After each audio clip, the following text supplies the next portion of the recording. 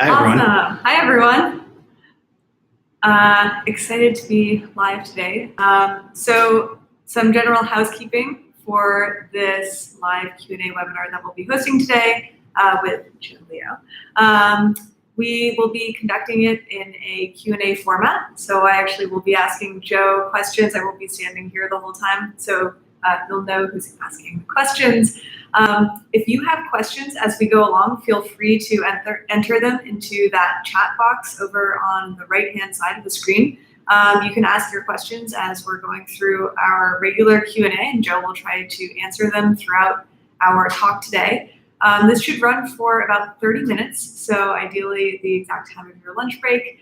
Yeah, we really look forward to hosting this. So I'm going to scooch over to the side, and I'm going to have Joe just quickly introduce himself. Okay, will do. Hi, everybody. I'm Joe Leo. I am the owner and operator of Def Method, which is the company you see behind me here. At Def Method, we are building the greatest software company in New York. We're doing that by hiring the best people and working with the best partners to build interesting and exciting things, software projects. I've been running Def Method for 5 years, and I am also the co-author of the Well-Grounded Rubyist 3rd edition. So do you mind telling us a little bit about the Well-Grounded Rubyist 3rd edition? Sure. So the Well-Grounded Rubyist is the first edition was a labor of love by my friend and former colleague, David Black. He wrote the book as sort of a cross between a textbook and I guess a cross between a textbook and a series of lessons about Ruby. The idea was, at the time, there just weren't very many Ruby books. So he wrote one of the first ones. And the Well-Grounded Rubyist became this quickly celebrated book. Over the years, 2 editions have been released, and we are currently working on the 3rd. And so it has kept up with the language as the years have gone on. Now this 3rd edition, though, is probably due. The last edition covered up to Ruby 2, and we are now at Ruby 2.5. So a lot has changed, and actually 2.6 is right around the corner. So what can someone expect to be different if they read the 2nd edition of the Well-Grounded Rubyist? What's different about this version? Yeah, that's a good question, because I have read both prior editions, and that's before I was tapped to become the author of the 3rd edition. The fact is, the Ruby language, like many programming languages, is evolving and changing. So the first and easiest reason to pick up the latest edition is because it will teach you about everything that has changed between Ruby 2, 2.1, and 2.5. But more than that, and so sure, you can find new things that the language offers, new language features that are offered, and it's put into helpful context. And so it's not just documentation, but it's thorough examples, and it's an example-driven text. Another reason to pick up the book is because just like features are added, some things become more popular and styles become more popular. And so the 3rd edition of the Well-Grounded Rubyist takes that into account. It looks at styles and idioms of programming in Ruby that have become more and more popular and more common, and dives into those deeper. And so it really is a current text on the language. Do you mind also talking a little bit about how the book dives into functional-based programming versus object-oriented programming? Yeah. So I think that was a 3rd reason that maybe I left out for picking up this newest edition. The first 2 editions didn't really make mention of functional programming, and that's probably appropriate. But Ruby has long been known as an object-oriented programming language, and it is. But Ruby also supports functional programming paradigms and has for quite some time. Lately, I think in the last 5 years or so, the Ruby programming language has started to shift a bit. People are using it for using functional programming techniques more and more, and Ruby has started to support that more and more. So in addition to covering the language features that are used, such as yield self, the coming immutability with strings, we also have written an additional chapter that is dedicated to functional programming. So it explains what it is and explains how Ruby supports it. I will say to the purists out there that Ruby is not a pure functional programming language. It can't be, because it cannot support true immutability or guarantee referential transparency. Nonetheless, it can support a lot of those paradigms, and so you can get a lot of the benefits from functional programming, like the separation of objects and functionality, and like the removal of side effects, and some other things that are really exciting. I have a couple of questions from the audience, so I'll just pause for a second, Julia. So Randall Reed asks, how did I get involved in working on the updated 3rd edition? And, you know, so I got involved because I'm just really very lucky to be involved at all, honestly. David is a very dear friend of mine. We used to work together back in the days when he was really crafting the Well-Grounded Rubyist. The short history is that David actually wrote a book called Ruby for Rails, and that was now going on about 8 or 9 years ago. But and then he released it. It was a popular book. It was well written, and he went to release a second version of that. But in doing so, he realized that actually the Ruby part of that book was the most compelling to him, and he felt it was the most unique in the oeuvre of books that were written about Ruby at the time, which just means that lots of books were coming out about Rails because people loved Rails. People still do love Rails. And he was right about that.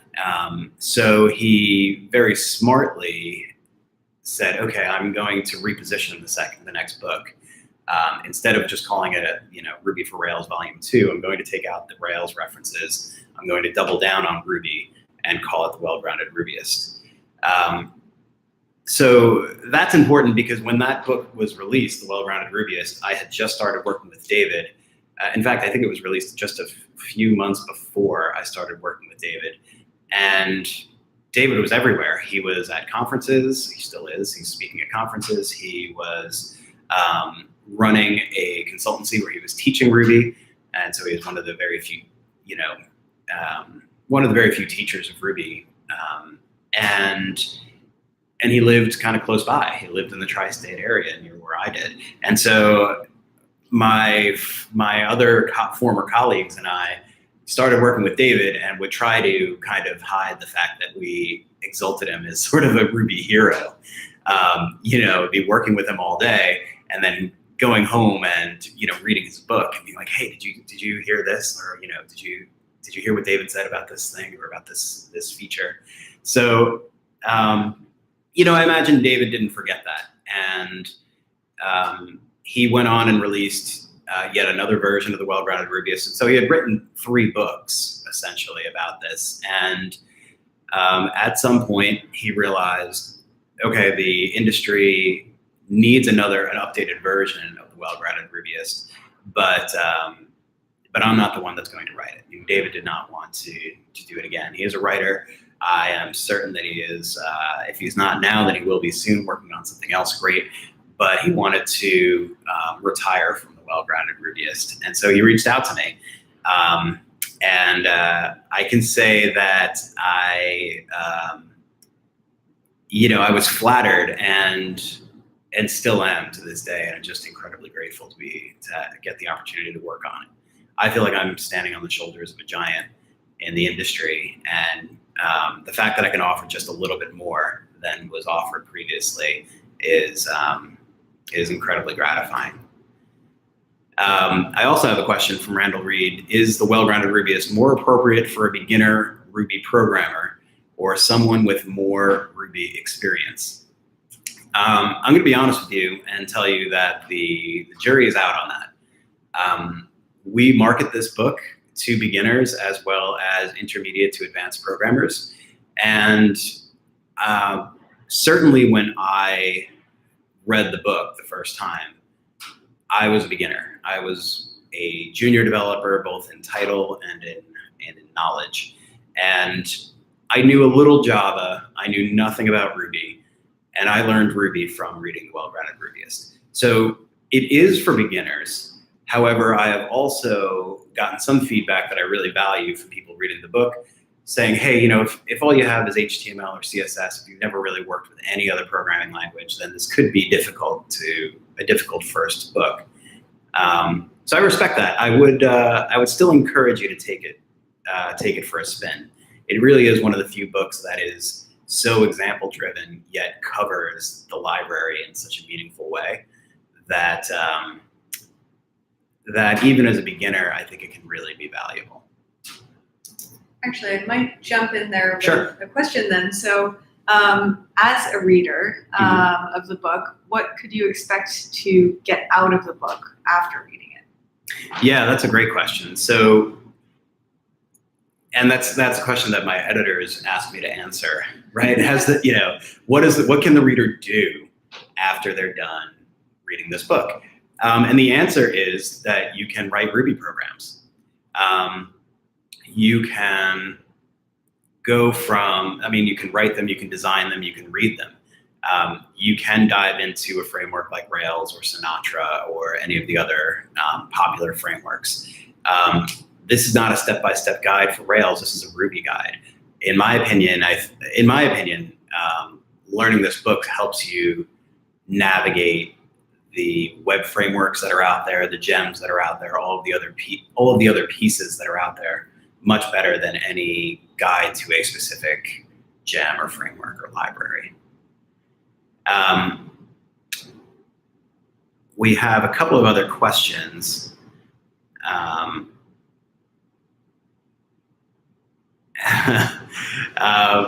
So from Simon Jacoby, I hope I'm pronouncing the last name correctly.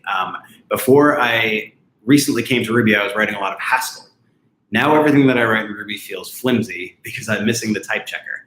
How can I get rid of this anxious feeling that I'll run into runtime exceptions all the time? That is a fair question. Ruby is never going to be Haskell. It is not strongly typed. It is not even statically typed.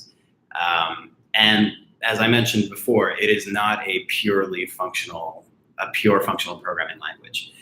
The best advice I can offer is to take a look at some of the newer programming paradigms that have been introduced into the Ruby language. For example, we can run everything with immutable strings to start right now. We can freeze all of our objects. We can run things with referential transparency and run and create pure functions. That will reduce that anxious feeling, but it won't eliminate it. Exception handling is still important and control flow is still important. It's still covered in the book.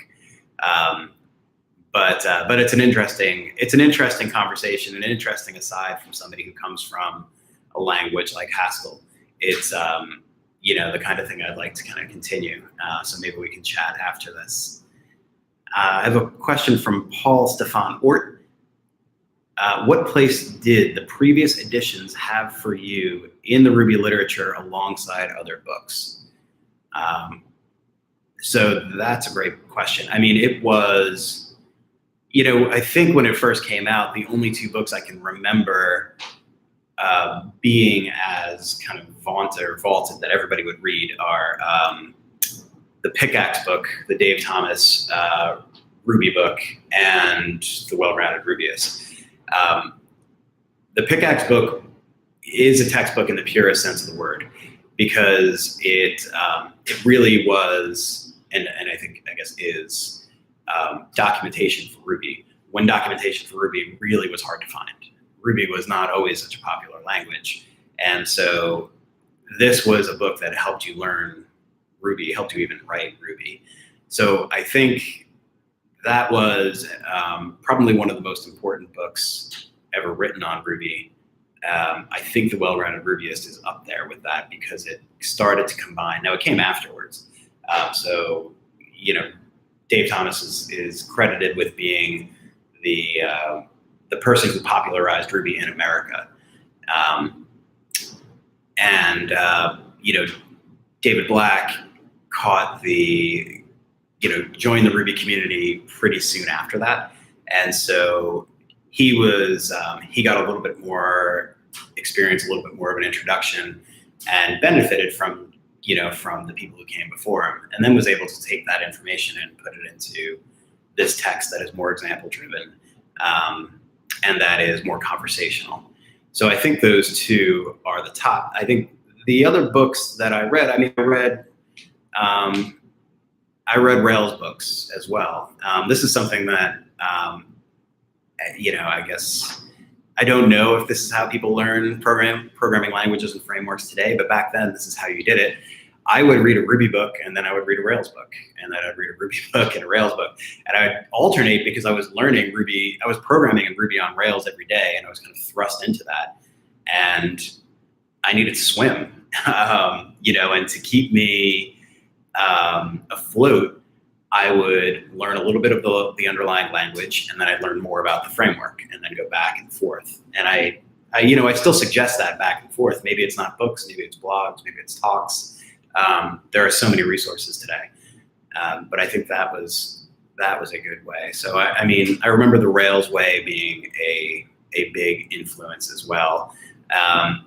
The Pragmatic Programmers also put out a book that everybody called the shopping cart book, and I forget now what it's called, but I think it was Agile Software Development with Rails or something like that.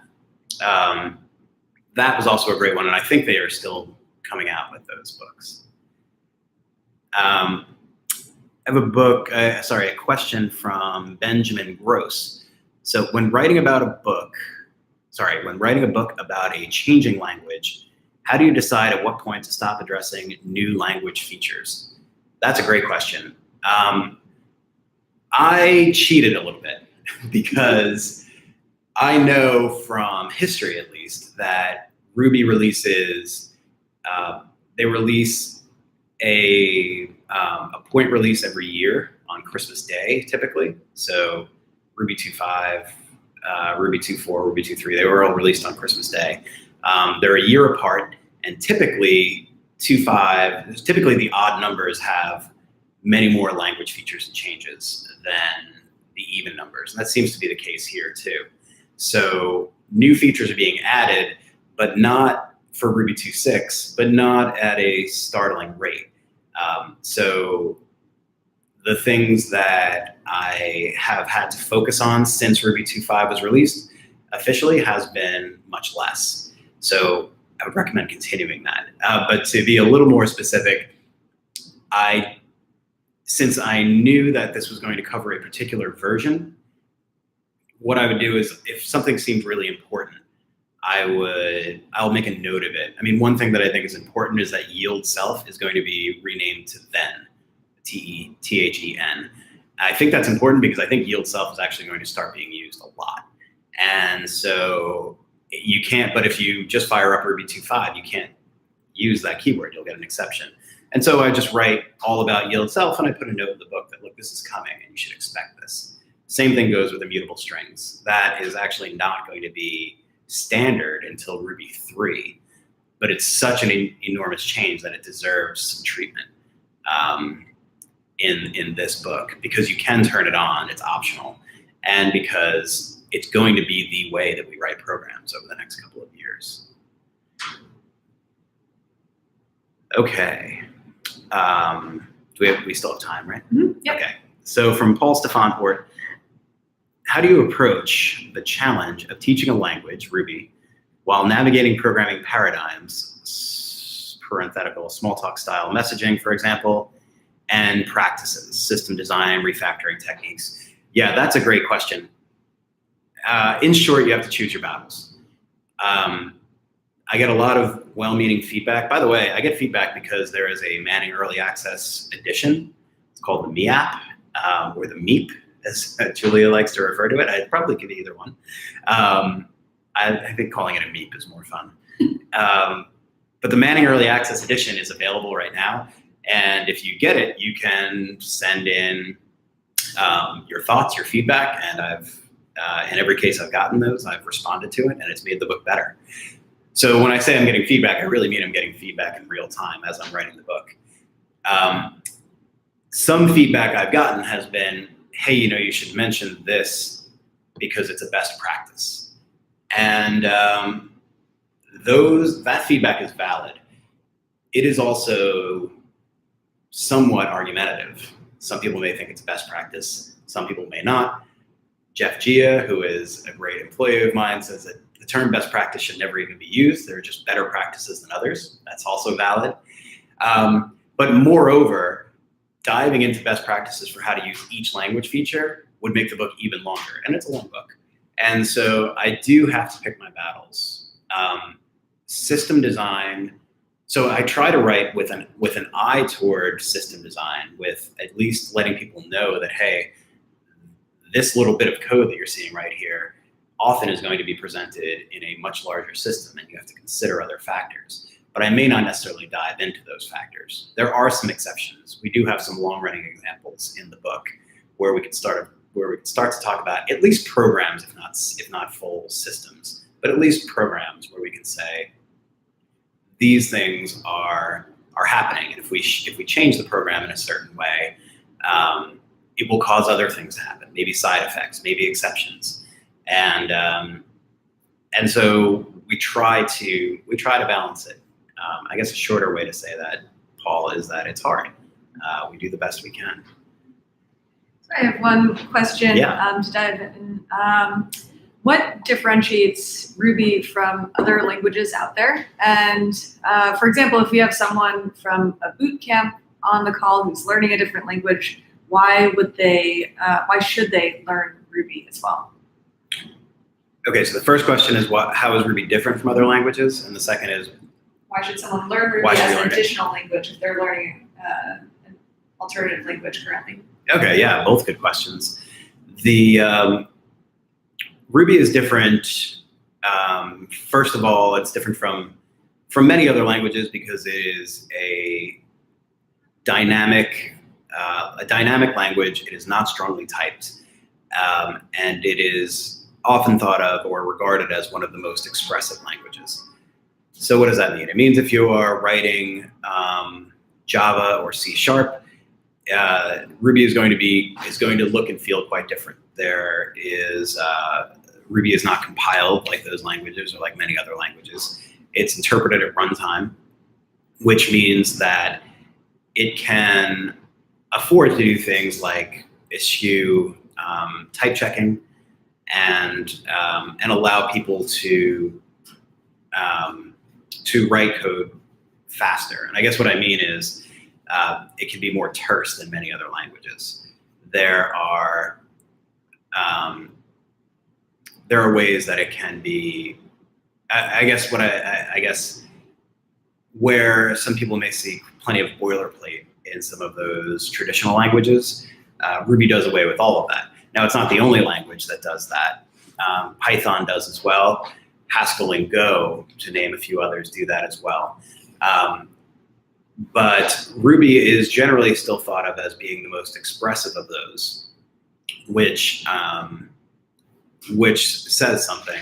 I also heard this said a long time ago, and I think it's true, that Ruby is a great prototyping language. Being able to create things quickly and demonstrate whether or not they work is really valuable, especially today when going to market strategies are becoming cheaper and cheaper. People are trying to release features faster and faster. Ruby can be used in myriad ways to speed up that process. Now, the second question I think was if you're learning a language, why, or if you know a language, why learn Ruby as well? The first thing I'll say is that Dave Thomas tells us, and I think this is good advice, to learn one new programming language per year. I think that one should be doing that.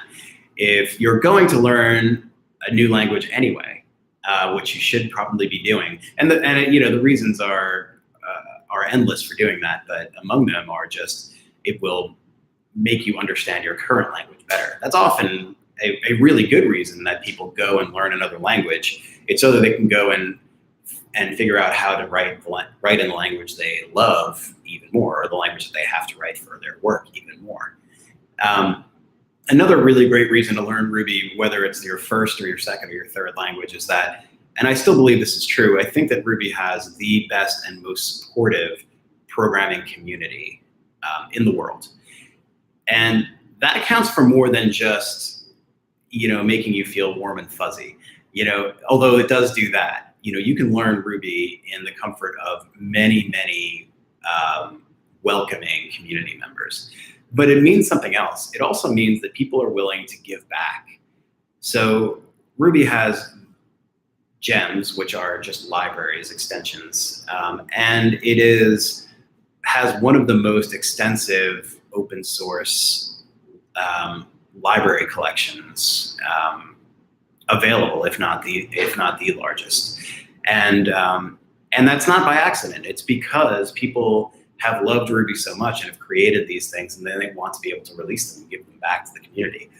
Owning and managing an open source repository is not easy. People are not doing it for money or fame or fortune. That's money twice, but they're not doing it for either of those things. They're doing it because they love the language and because they want to support people. And that's something that will always, that'll always keep Ruby near and dear to my heart.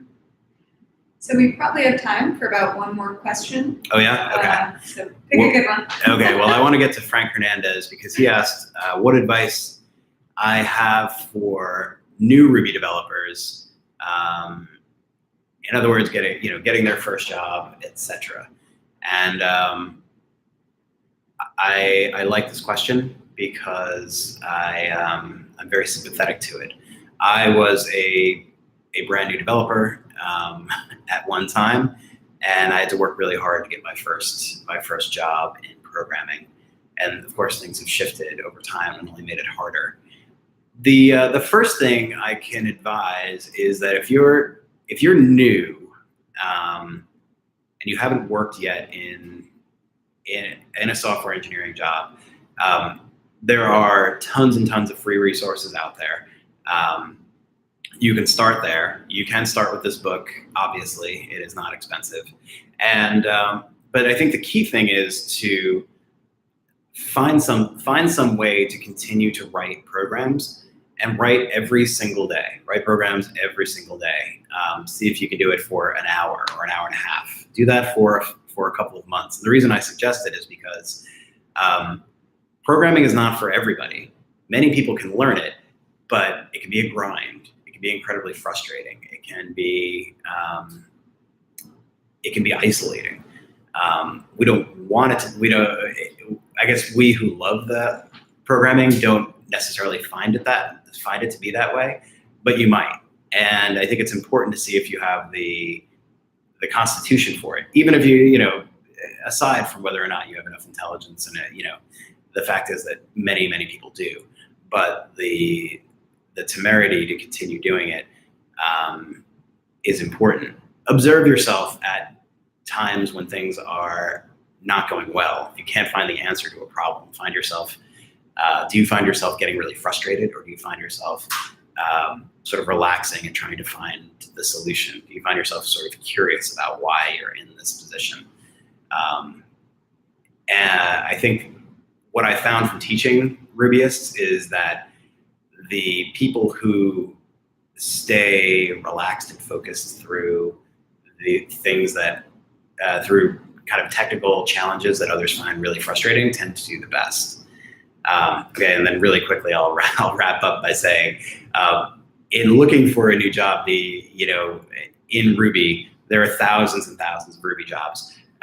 In order to distinguish yourself, I would suggest latching on to one of these open source projects and trying to make a sustained contribution to it. I know that can sound like sort of generic advice, but it really is worthwhile. And there are plenty of projects that are out there and in need of help. And there are even websites out there that can help you find it. Making those contributions is meaningful. It is something you can put on a resume, and it can lead you to exchanges with really intelligent Rubyists and software engineers that can teach you more and more about your craft.